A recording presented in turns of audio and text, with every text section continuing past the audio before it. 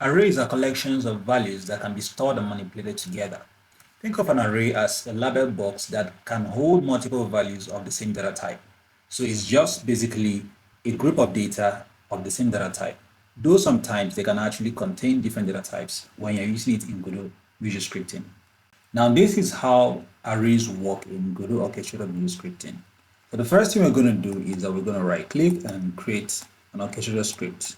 So make sure you have orchestrator here, and I'm going to just go in here to my script and I'm going to call this script array.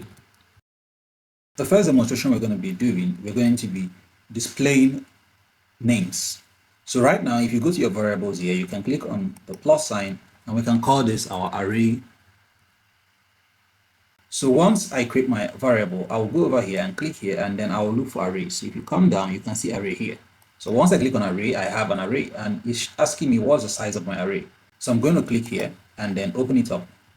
So I can be able to increase my array to tell it the number of arrays I want to be able to use. So I'm going to make it up to 3 here. So over here, we'll have exported, so you can be able to make it visible, so you can use it some other place. So if I click on this, any array that I have here will be visible, and I can be able to use it outside a particular scene that I'm using it. So here now, I'm going to click over here, and I want to use a string. So I will click on string, and the string here, let's call this, I will say Chike, and I'm going to click here. I will use another one. I will call this Ada, and then the next one I will call John. So these are different names that I've actually added here as strings of our arrays. So we want to be able to use this in our code to do something. So here I'm going to just come in here and click here to get my physics process. Once I get my physics process, I want to be able to display my array once I start my entire game or the entire scene. So I can just click here and drag this out and I can be able to get this array. Now, once you get the array directly here, now let's just go directly and print it. So I'm going to remember how we print. I'm going to go to my label. If you go to your label, this is what will enable you to display it on the text label. So if I click on this, I can be able to drag this in here and I can be able to set this text. And now I can be able to set this here and just drag this into this place. Now, once we play this, we actually see that it's going to display the entire array for us. Right now, it has displayed both Chike, Ada, and John. But what about if we want to display just one name? So we can be able to actually manipulate that by just coming in here, and I can just drag this out, and I will look for index. So if you see here, get at index. So we can set at index by changing the value that is an index, but we can get that particular value. So if I click on this, I can be able to get this index. Remember, I drag this out to be able to get that particular node. So if I come in here now, I can just drag this into this place. Now I have 0 here, and I can be able to right click now and just play. And our array starts from 0, 1, and 2. So the 0 will be the first one, which should be the first name in the array. So it prints only Chike. Now, if we want to be able to cycle through it, let's do something to actually cycle through it. Now, to make this more interesting, I'm going to be displaying different names, the different names in this particular array, one at a time. And I'm going to be using a timer for this. So I'm going to right click here now, and I'm going to do something. So I'll right click and I'm going to get a timer. And my timer will be down here, and I will simply just create my timer here, and I'm going to connect it to the code here. So this is my timer timeout. And once I connect this signal, if you go back to this code, you actually see that the timer comes in here.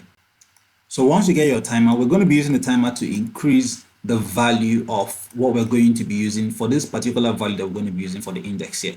So I'm going to create a new variable called index. And now I'm going to select it, and I'll make sure that it's an integer. And this integer, I'm going to just drag it in here.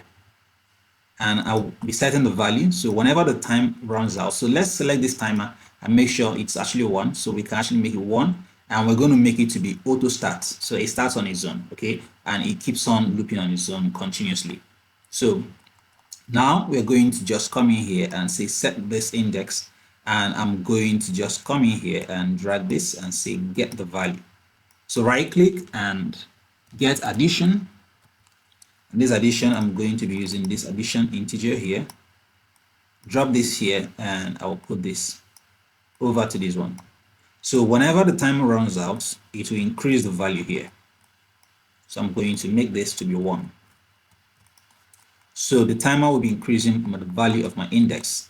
And now I'm going to plug this index here. So this will be the value, and it will be changing automatically using this timer that we have here. So now once we play this, it will be timing on its own and be replacing the index with a new value, enabling you to be able to iterate through the different strings you actually have in that particular scene. So we'll have Chike, and that comes in, and then John comes in. If it is too fast, we can be able to slow it down by simply going to our timer and then going here, and I will make this to about 2 seconds so that we can be able to actually see it play for us. So right now, if you have here Chike, then our that comes in, and then we'll have John. So you can simply use this to actually display things, or you can be able to actually use it to save things.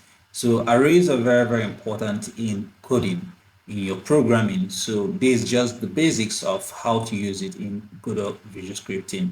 So if you like my video, do like the video and subscribe to my channel, and watch out for this series which I've been working on, and more of it will be coming. See you in the next video.